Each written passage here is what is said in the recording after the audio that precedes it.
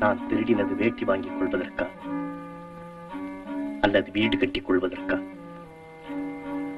வயிற்றுக்கல்லாமல் வாடும் பொழுது ஒரு பழத்தை எடுத்தேன். அதற்கு பரிசு அடி உதை. பைத்தியக்காரன் ஒரு சீப்பு பழத்தை திருடுகிறான். உலகம் அவனை மன்னித்து விடுகிறது. ஏன்பா பழம் வாங்கல? வேண்டாமா, காசு இல்ல. காசு இல்லையா? சரிதா, இத பாரு, இத பாத்துக்கா. தண்ணி குடிச்சிட்டு வரேன். ஏன்டா என் பழத்தை எடுத்த? பசி கொடுமைம்மா. பசிக்குதுன்னா திருடியா திங்க சொல்லுது. பாழா போறவனே. சாத்துக்குடி